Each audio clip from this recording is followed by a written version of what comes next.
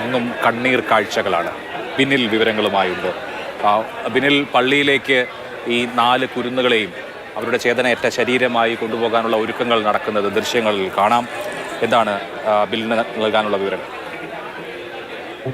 അഭിലാഷ്, കഴിഞ്ഞ 2 മണിക്കൂറായി ഇവിടെ പൊതുദർശനം നടക്കുകയായിരുന്നു. വളരെ സങ്കടകരമായ ദൃശ്യങ്ങളാണ് നമുക്ക് ആ 2 മണിക്കൂറും കാണാൻ കഴിഞ്ഞത്. കാരണം ആ സ്കൂളിലെ ആ 4 കുട്ടികളുടെ സഹപാഠികൾ, അവരുടെ അധ്യാപകർ, അവരെ അടുത്തറിയുന്ന മറ്റു കുട്ടികൾ, അങ്ങനെ നിരവധി പേരാണ് ഈ അന്തിമോപചാരം അർപ്പിക്കാൻ ഇങ്ങോട്ടേക്ക് എത്തിയത്. പലരും കരഞ്ഞ് തളർന്ന് ഈ ഹാളിനുള്ളിൽ തന്നെ വീഴുന്ന കാഴ്ചകൾ നമുക്ക് കാണാൻ കഴിഞ്ഞു. അവരെ ആശ്വസിപ്പിക്കാൻ കഴിയാതെ വിങ്ങിപ്പൊട്ടി നിൽക്കുന്ന അധ്യാപകരുടെ ചിത്രങ്ങൾ നമുക്ക് കാണാൻ കഴിഞ്ഞു. യഥാർത്ഥത്തിൽ ഈ കഴിഞ്ഞ 2 മണിക്കൂർ നേരം ഈ പൊതുദർശനം നടന്ന ഹാൾ വികാരനിർഭരമായ കാഴ്ചകൾക്കാണ് വേദിയായത്. എന്തായാലും ആ പൊതുദർശനം പൂർത്തീകരിച്ചപ്പോൾ ഖബറടക്കത്തിനായി പള്ളിയിലേക്ക് ആ 4 കുട്ടികളുടെ മൃതദേഹങ്ങൾ, ആ 4 സുഹൃത്തുക്കൾ, അവർ ഒന്നിച്ച് കളിച്ചു വളർന്നവരാണ്. അവരുടെ 4 പേരുടെയും മൃതദേഹങ്ങൾ ആ പള്ളിയിലേക്ക് കൊണ്ടുപോകുന്നതിനുള്ള അവസാനവട്ട ക്രമീകരണങ്ങളാണ് ഇപ്പോൾ ഈ പൊതുദർശനം നടന്ന സ്ഥലത്ത് നടന്നുകൊണ്ടിരിക്കുന്നത്. ഇവിടെ നിന്ന് ഏതാണ്ട് ഒരു 150 മീറ്റർ മാത്രം ദൂരെയാണ് ഈ പള്ളിയുള്ളത്. അതുകൊണ്ട് തന്നെ ഒരു 5 മിനിറ്റ് കൊണ്ട് തന്നെ ഈ മൃതദേഹങ്ങൾ അങ്ങോട്ടേക്ക് എത്തിക്കാൻ കഴിയും. അവിടെ എത്തിച്ചു കഴിഞ്ഞാൽ ഒരു 10 അരമണിക്കൂർ മാത്രം നീണ്ടു നിൽക്കുന്ന ചടങ്ങുകൾ മാത്രമേ ഉണ്ടാവുകയുള്ളൂ എന്നാണ് ഇപ്പോൾ വ്യക്തമാകുന്നത്.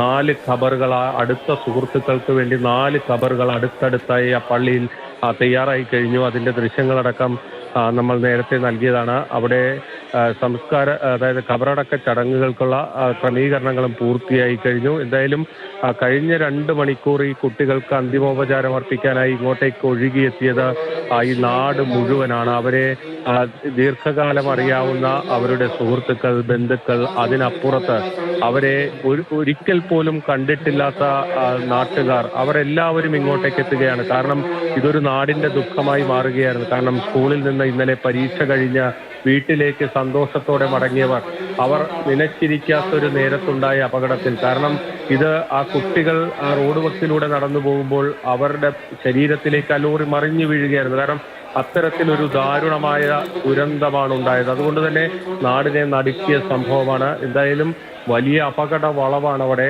ദീർഘകാലമായി അതിൽ സംബന്ധിച്ച പരാതികൾ ഉണ്ടായിരുന്നു. പക്ഷേ നമുക്ക് അത് പരിഹരിക്കാൻ കഴിയാതെ പോയ ഒരു സംഭവമാണ്. അതുകൊണ്ട് തന്നെ ആ ഒരു ദുരന്തത്തിന് നമ്മളെല്ലാം ഈ നാട് മൊത്തത്തിൽ ഉത്തരവാദികളാണെന്ന് പറയേണ്ടി വരും. കാരണം പാലക്കാട് നിന്ന് കോഴിക്കോടേക്കുള്ള ആ റോഡിന്റെ പലയിടത്തും അപകടം പതിയിരിക്കുന്നത് നമ്മുടെ അധികാരികൾക്കെല്ലാം അറിവുള്ള കാര്യമായിരുന്നു. പലവട്ടം നിയമസഭയിലടക്കം ഉന്നയിക്കപ്പെട്ട ഒരു വിഷയമാണ്. പക്ഷേ ആ പരിഹാരം നീണ്ടുപോവുകയായിരുന്നു.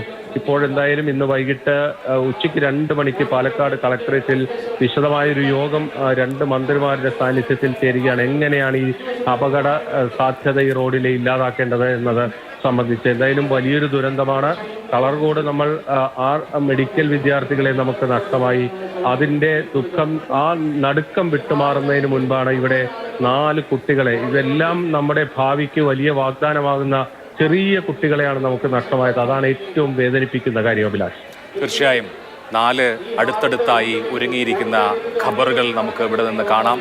4 കുഞ്ഞു ശവമഞ്ചങ്ങൾ അവിടേക്ക് പോവുകയാണ്. ഭാരമേറിയ ശവമഞ്ചങ്ങൾ എന്ന് പറയാം. നമ്മുടെയൊക്കെ ഹൃദയങ്ങളെ തകർക്കുന്നുണ്ട് ആ ശവമഞ്ചങ്ങളുടെ ഭാരം. അല്പസമയത്തിനകം പള്ളി ഖബർസ്ഥാനിൽ 180 മീറ്റർ മാത്രമാണ് കരിമ്പനക്കൽ ഹാളിൽ നിന്ന് ഈ ഖബർസ്ഥാനിലേക്കുള്ള ദൂരം. അല്പസമയത്തിനകം ഈ കുഞ്ഞു ശരീരങ്ങൾ അവിടെ എത്തിച്ചേരും. ഒരു നാടാകെ നെഞ്ചുപൊട്ടി ഈ കുരുന്നുകൾക്ക് യാത്രാമൊഴി നൽകുന്ന ദൃശ്യങ്ങളാണ് അവിടെ നിന്ന് കാണുന്നത്. ഹൃദയഭേദകമെന്ന ഒറ്റ വാക്കിൽ പറയാം.